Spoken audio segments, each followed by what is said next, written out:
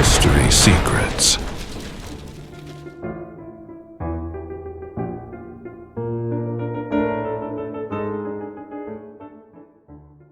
Parmi les figures les plus énigmatiques des traditions bibliques, peu suscite autant de curiosité que Melchizedek.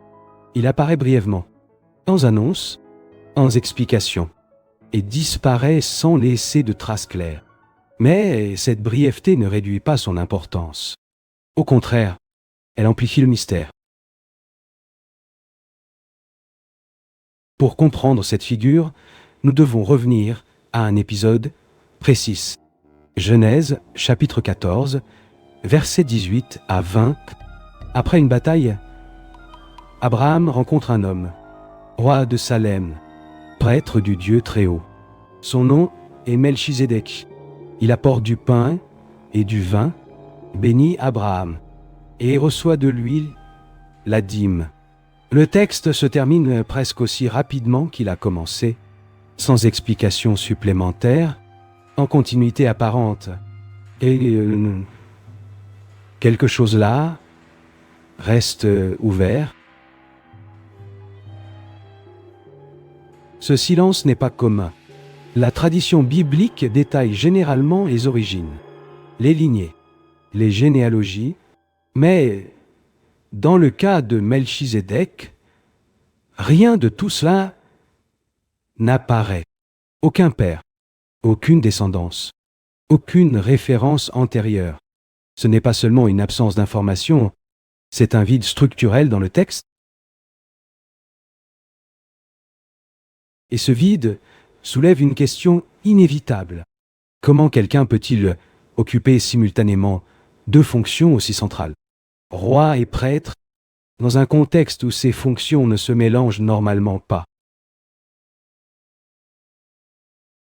Le titre lui-même suggère quelque chose d'inhabituel. Melchizedek peut être compris comme roi de justice haut, et Salem comme Egapé, Yo, roi de justice, roi de paix. Ce ne sont pas seulement des descriptions, ce sont des affirmations symboliques. Elles indiquent une fonction qui dépasse le simple cadre historique. Quelque chose là pointe vers une identité qui ne se limite pas à un individu ordinaire. Mais le récit ne s'arrête pas à la Genèse. Il réapparaît, de manière inattendue, des siècles plus tard. Chapitre 110, verset 4. Tu es prêtre pour toujours, selon l'ordre de Melchizedékia. Cette affirmation change complètement la perspective. Désormais, Melchizedek n'est plus seulement un personnage isolé. Il devient une référence, un modèle, une structure, un ordre sacerdotal qui ne dépend pas d'un lignage, qui n'est pas lié à une tribu spécifique. Il ne suit pas le modèle lévitique. Cela rompt avec la logique établie et introduit une nouvelle possibilité au sein de la tradition. Quelque chose là ne s'insère pas dans le système connu. Et c'est peut-être précisément cela qui rend cette figure si persistante. Elle ne peut pas être classée facilement, elle ne peut pas être réduite, elle ne peut pas être enfermée dans une seule définition. Et nous avançons à partir de ce point, la figure de Melchizedek cesse d'être seulement une énigme narrative. Elle occupe désormais un espace théologique. Et c'est dans ce déplacement que le mystère s'approfondit. Le texte des psaumes ne se contente pas de mentionner Melchizedek. Il le transforme en référence d'éternité. Psaume, chapitre 110, verset 4. Tu es prêtre pour toujours, selon l'ordre de Melchizedek. Cette déclaration rompt avec la logique du temps, car le sacerdoce, jusqu'alors, était lié à la succession, à la continuité des lignées. Mais ici apparaît quelque chose de différent. Un sacerdoce qui ne dépend ni de l'origine, ni de la continuité. Cela soulève une question inévitable. Si cela ne dépend pas du lignage, d'où vient cette autorité? Et Qu'est-ce qui légitime cette fonction? Pour comprendre cela, nous devons observer ce que le texte ne dit pas. Il ne décrit pas de rituel, il n'établit pas de règles, il ne définit pas de structure. L'ordre de Melchizedek n'est pas institutionnel. Il se présente comme quelque chose qui existe par lui-même, indépendant de tout système. Cette absence de structure formelle ne diminue pas son importance.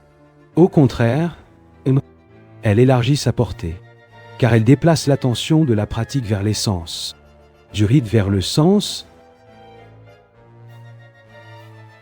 Mais c'est dans le Nouveau Testament que cette figure atteint un niveau encore plus complexe.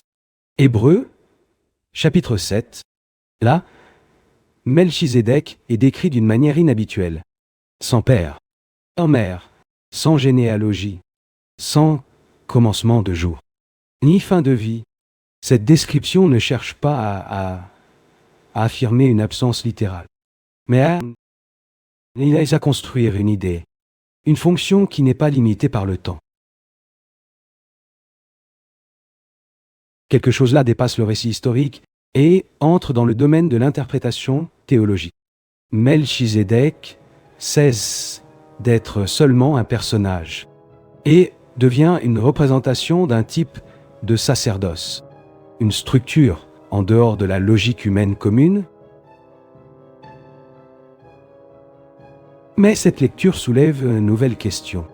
Sommes-nous face à un symbole construit ultérieurement ou à une tradition plus ancienne réinterprétée? Pour explorer cette possibilité, nous devons regarder au-delà des textes bibliques et considérer les traditions de la période du Second Temple. Dans les manuscrits trouvés à Qumran, il existe des références à Melchizedek. Dans un texte connu sous le nom de 11Q Melchizedek, sa figure acquiert une nouvelle dimension. Il n'apparaît pas seulement comme prêtre, mais comme agent de jugement, associé à la libération des justes et à la défaite des forces du mal. Cette représentation n'est pas simplement symbolique. Elle attribue à Melchizedek un rôle actif dans l'ordre cosmique, quelque chose qui dépasse complètement sa brève apparition dans la Genèse. Et cela crée une tension interprétative. La même figure peut être vue comme un roi historique, comme un symbole théologique, ou comme une entité à fonction spirituelle élevée. Aucune de ces lectures ne s'impose de manière définitive. Et c'est peut-être là le point central. Melchizedek reste ouvert, résistant aux conclusions. Si nous rassemblons toutes ces couches, une question commence à émerger avec plus de clarté. Que représente exactement Melchizedek dans ces traditions? Un individu spécifique ou une idée qui traverse différents contextes? L'absence de généalogie n'est pas seulement un détail narratif. Elle produit une rupture. Dans le monde ancien, l'identité était liée à l'origine, au lignage, à la continuité familiale. Sans cela, la figure de Melchizedek est déplacée, en dehors du schéma. Et ce déplacement permet quelque chose d'inhabituel. Il n'appartient à aucune tribu, ne dépend d'aucun héritage, n'est lié à aucune structure sociale spécifique. Cela le rend universel, ou du moins moins limité. Mais il existe un point encore plus profond. Melchizedek apparaît avant la loi, avant l'organisation formelle du sacerdoce en Israël. Cela suggère une antériorité, une fonction qui existe avant la structure. Quelque chose là pointe vers une idée fondamentale. L'autorité spirituelle ne naît pas nécessairement de l'institution. Elle peut la précéder. Cette possibilité modifie la lecture. car elle déplace le centre de la légitimité, qui n'est plus fondé sur le système, mais sur la fonction, sur l'essence. Dans les traditions anciennes, cela ouvre la voie à de multiples interprétations. Certaines voient en Melchizedek, d'autres l'interprètent comme une figure symbolique. Il existe aussi des lectures qui l'associent à des manifestations divines ou à des archétypes spirituels.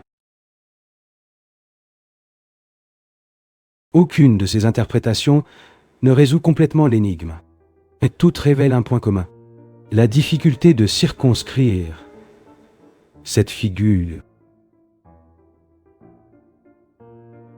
Pour comprendre cela, nous devons considérer le rôle du symbole dans les textes anciens. Un symbole n'a pas besoin d'être défini. Il doit fonctionner, indiquer, suggérer, ouvrir des possibilités. Et Melchizedek fait exactement cela. Il relie des éléments qui sont normalement séparés: royauté et sacerdoce, justice et paix, temps et éternité. Cette convergence n'est pas commune, et c'est peut-être précisément pour cela que sa figure perdure. Elle résout des tensions, sans les expliquer complètement. Mais cela nous conduit à une réflexion inévitable. Si Melchizedek représente une autorité en dehors de la structure, alors que disent cela des structures elles-mêmes? Sont-elles suffisantes ou ne sont-elles qu'une des formes possibles d'organisation? Quelque chose là reste ouvert. Et peut-être doit-il rester ainsi, car c'est dans cet espace que l'interprétation se poursuit. Melchizedek n'offre pas de réponse définitive. Il crée un point de tension, un point de réflexion. Et c'est peut-être précisément cela qui maintient sa présence à travers le temps. Il ne s'épuise pas, ne se résout pas, ne se ferme pas. La quête pour comprendre le passé a toujours fait partie du parcours humain. Nous explorons des ruines, déchiffrons des inscriptions anciennes et enquêtons sur des récits oubliés. Chaque découverte élargit notre compréhension des civilisations qui nous ont précédés. Mais elle révèle aussi de nouvelles questions. Des questions qui continuent d'alimenter notre curiosité. Car l'histoire n'est pas seulement un récit du passé. C'est un chemin continu de découverte. Ceci était History Secret. Car certains secrets de l'histoire attendent encore d'être révélés.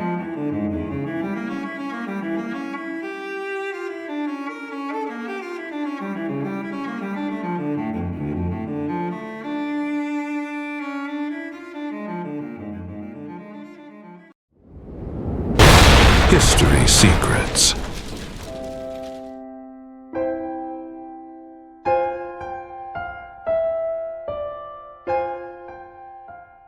Parmi les récits sur la vie de Jésus conservés dans les évangiles du Nouveau Testament, il existe une période qui demeure presque entièrement silencieuse.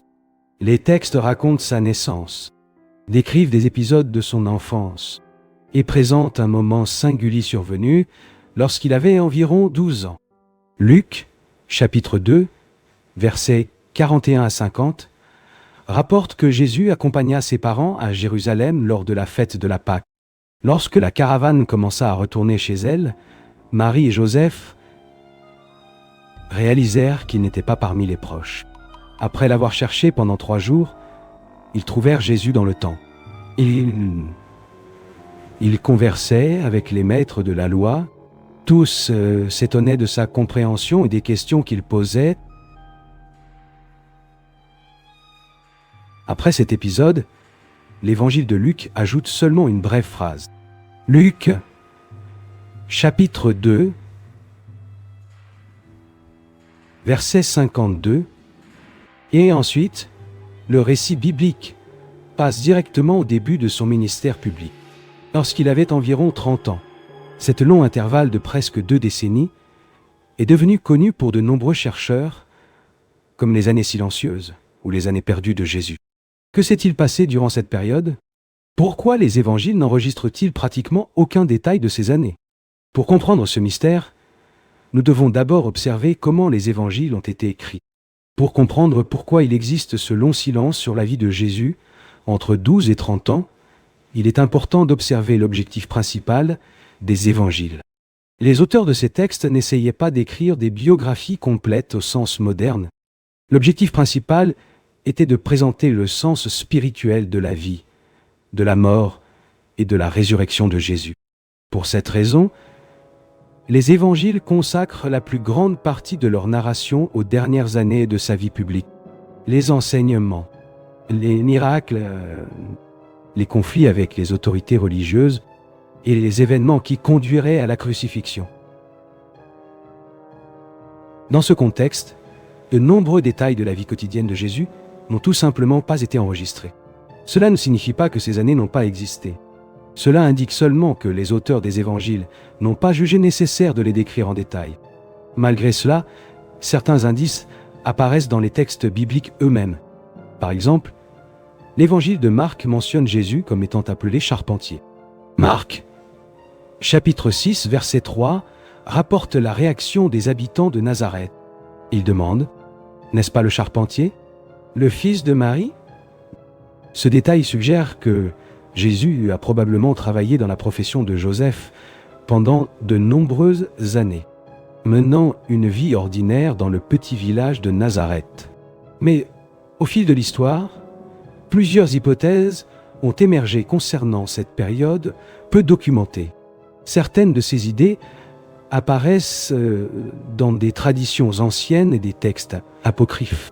Au fil des siècles, le silence des évangiles sur cette période a suscité une grande curiosité. Certaines traditions anciennes ont commencé à imaginer ce qui aurait pu se produire durant ces années.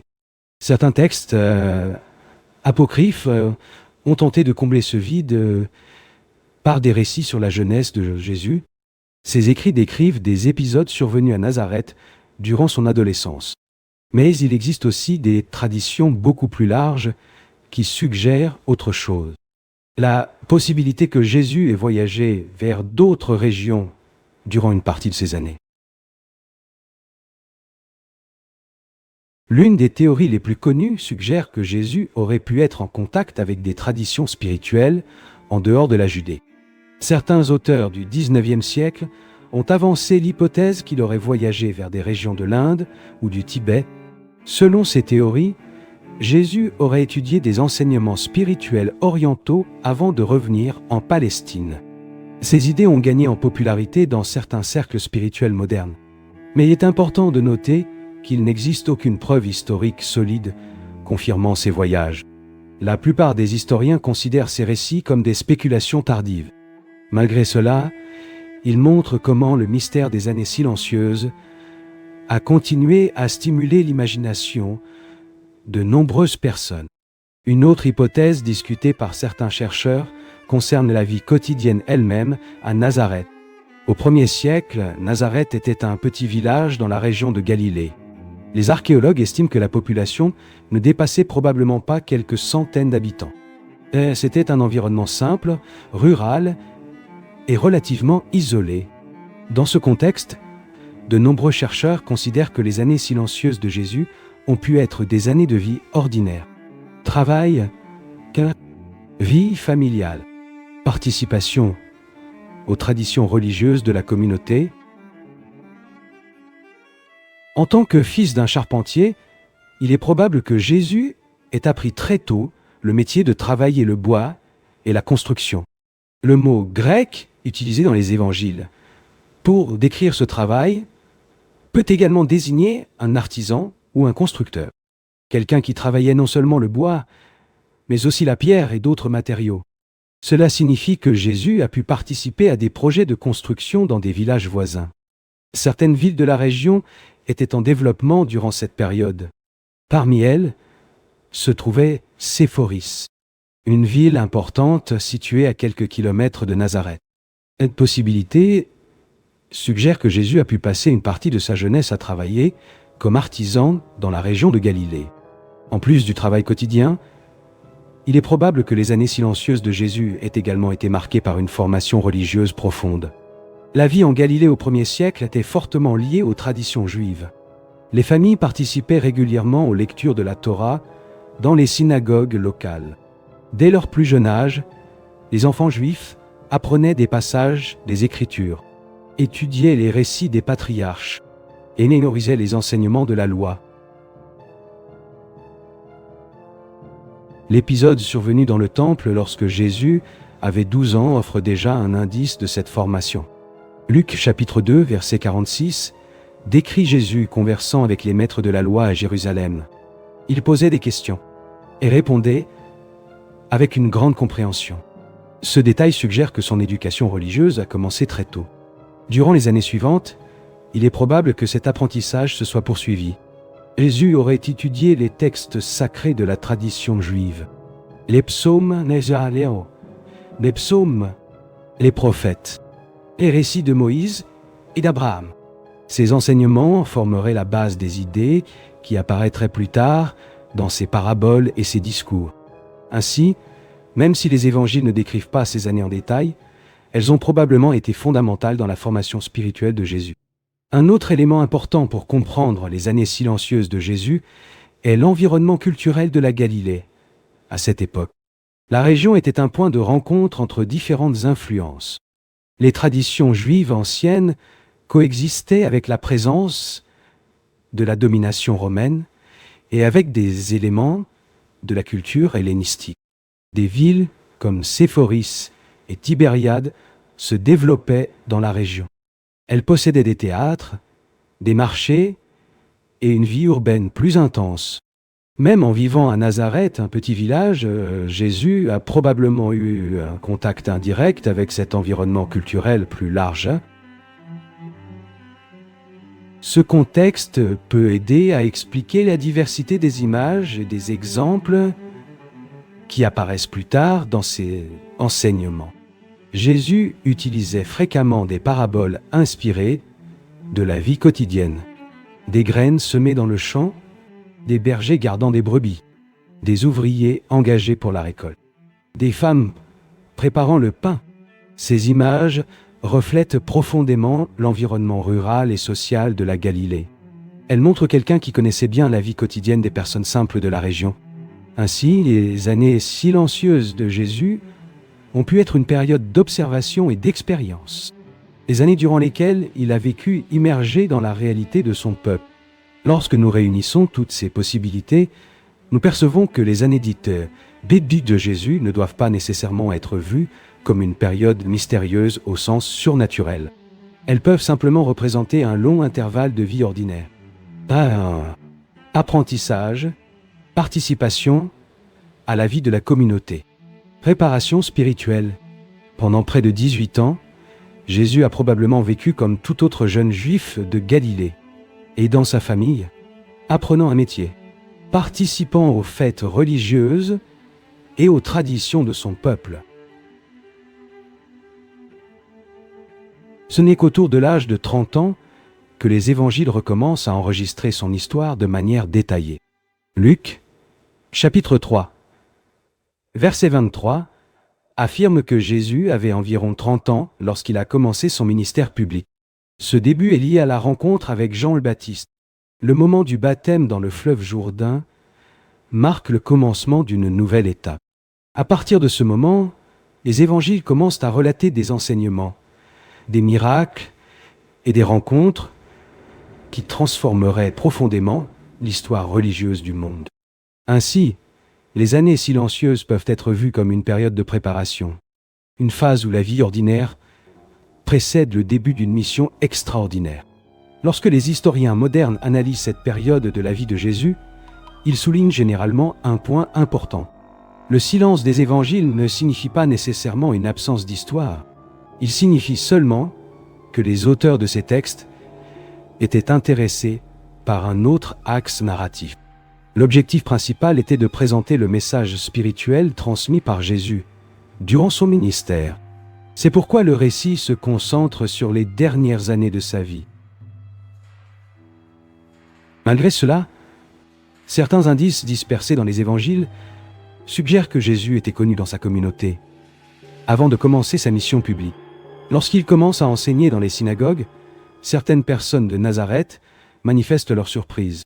Marc, chapitre 6, verset 2, rapporte la réaction de ceux qui l'écoutent.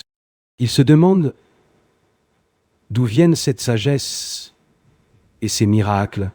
Puis ils disent, n'est-ce pas le charpentier ? Ce commentaire indique que Jésus était perçu comme quelqu'un d'ordinaire au sein de la communauté, quelqu'un dont la vie quotidienne était connue des habitants du village. Cela renforce l'idée que les années silencieuses ont été des années de vie sainte, des années qui ont préparé le terrain pour l'apparition d'un maître qui transformerait l'histoire religieuse de son époque.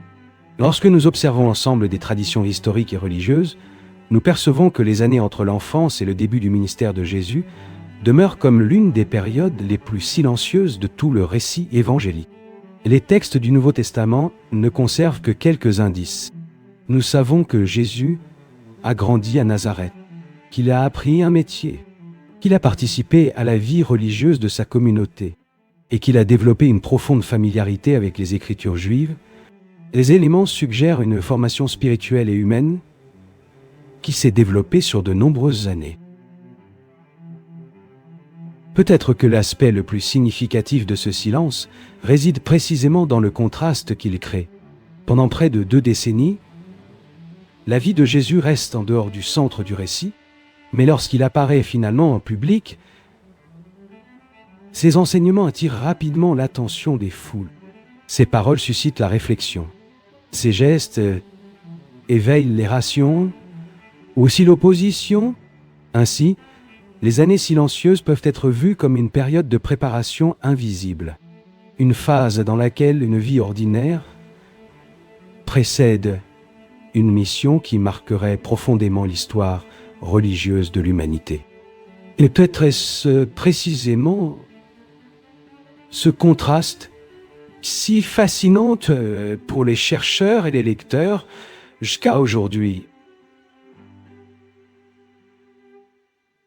De nombreuses civilisations ont prospéré avant la nôtre. Certaines ont dominé de vastes territoires.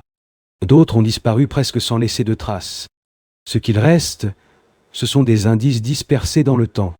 Mots silencieux, manuscrits fragmentés, histoires transmises à travers les générations.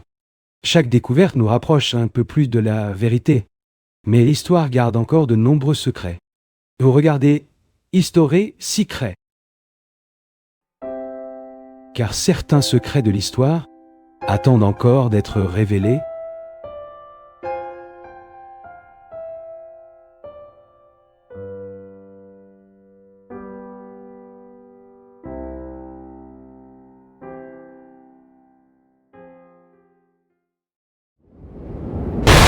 History Secrets.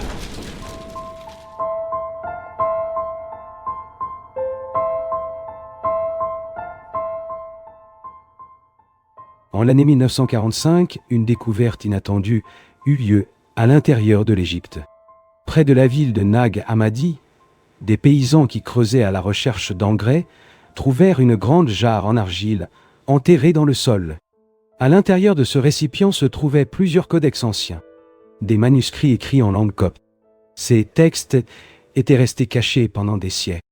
Ce que les chercheurs découvrirent dans cette jarre allait profondément transformer l'étude de l'histoire du christianisme primitif.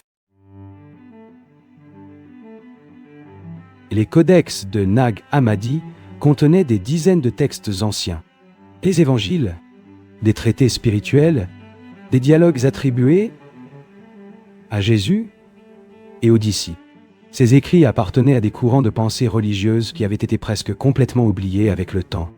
Beaucoup d'entre eux étaient associés à des traditions aujourd'hui connues comme gnostiques. Ces communautés développèrent des interprétations spirituelles différentes de celles qui devinrent dominantes au sein de l'Église chrétienne. Pour comprendre l'importance de cette découverte, nous devons d'abord comprendre le contexte dans lequel ces textes ont été préservés. Pour comprendre pourquoi ces manuscrits étaient cachés dans le désert, nous devons revenir au 1er siècle du christianisme. Durant cette période, de nombreuses communautés chrétiennes avaient des interprétations différentes des enseignements de Jésus. Certains groupes mettaient l'accent sur l'importance de la tradition transmise par les apôtres. D'autres développaient des réflexions spirituelles plus symboliques et philosophiques. Parmi ces courants se trouvaient des communautés que l'on appelle aujourd'hui gnostiques. Le mot gnose signifie connaissance. Mais dans ce contexte, il se réfère à un type spécifique de connaissance spirituelle. Pour de nombreuses traditions gnostiques, le salut ne dépendait pas seulement de la foi ou de la pratique religieuse. Il était lié à la découverte d'une connaissance intérieure, un éveil spirituel qui révélerait la véritable nature de l'âme. Au sein de ces communautés, des textes apparurent présentant des dialogues entre Jésus et ses disciples. Dans ces dialogues, Jésus révèle souvent des enseignements profonds sur l'origine du monde, la nature de l'esprit et le chemin vers la libération spirituelle. Certains de ces textes furent précisément préservés dans les codex trouvés à Nag Hammadi. Parmi eux se trouve l'un des évangiles les plus surprenants jamais découverts, l'évangile de Thomas. L'évangile de Thomas est l'un des textes les plus fascinants trouvés parmi les manuscrits de Nag Hammadi. Contrairement aux évangiles du Nouveau Testament, il ne présente pas de récit sur la vie de Jésus. Il n'y a pas de récit sur la naissance, les miracles ou la crucifixion. Le texte consiste en une collection de 114 paroles attribuées à Jésus. Chacune présente des enseignements brefs, souvent énigmatiques. Au début du manuscrit, apparaît une phrase qui révèle le ton du texte. Celui qui trouve l'interprétation de ces paroles ne fera pas l'expérience de la mort. Ce type de langage reflète l'accent gnostique sur la découverte d'une connaissance intérieure. Beaucoup des paroles présentes dans cet évangile ont des parallèles avec des phrases trouvées dans les évangiles canoniques. Mais d'autres présentent des idées qui n'apparaissent dans aucun texte du Nouveau Testament. Par exemple, certaines paroles suggèrent que le royaume de Dieu n'est pas seulement un événement futur. Il serait présent au sein même de la conscience humaine. Cette perspective spirituelle a fait de l'évangile de Thomas un document extrêmement important pour les chercheurs du christianisme primitif. Mais ce n'est qu'un des nombreux textes préservés dans la collection de Nag Hammadi. En plus de l'évangile de Thomas, les codex de Nag Hammadi ont conservé de nombreux autres textes surprenants. Parmi eux se trouvent des écrits connus comme l'évangile de Philippe, l'évangile de la vérité et l'évangile des Égyptiens. Ces documents présentent des réflexions spirituelles profondes sur la nature de la réalité, de l'âme et de l'univers. Dans beaucoup de ces textes, le monde matériel est décrit comme une réalité imparfaite, une sorte de prison pour l'esprit humain.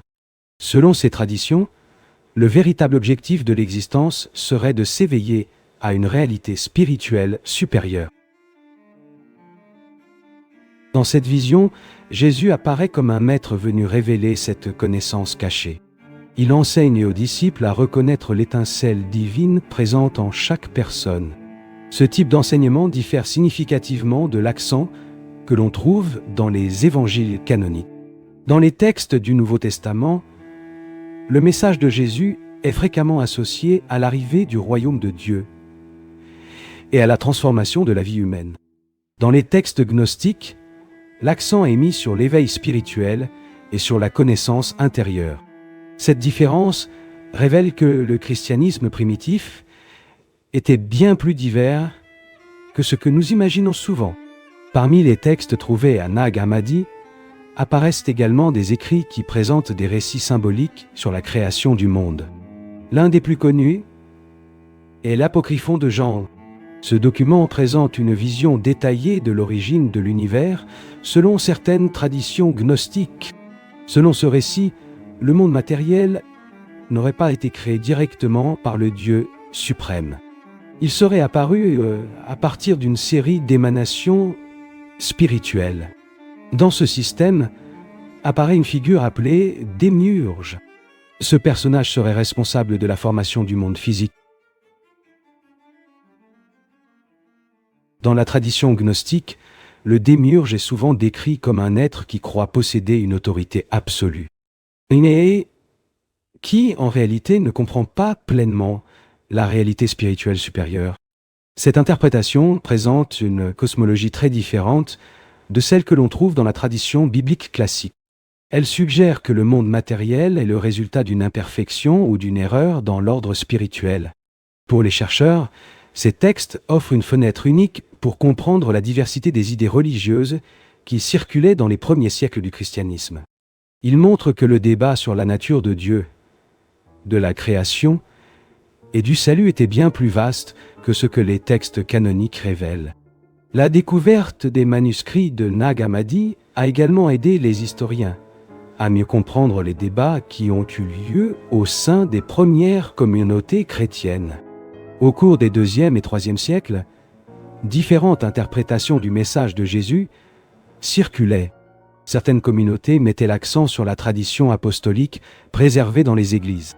D'autres développaient des systèmes philosophiques et spirituels plus complexes. Ces courants finirent par entrer en conflit. Des dirigeants chrétiens comme Irénée de Lyon écrivirent des œuvres critiquant les enseignements gnostiques. Ils soutenaient que ces interprétations déformaient le message original transmis par les apôtres.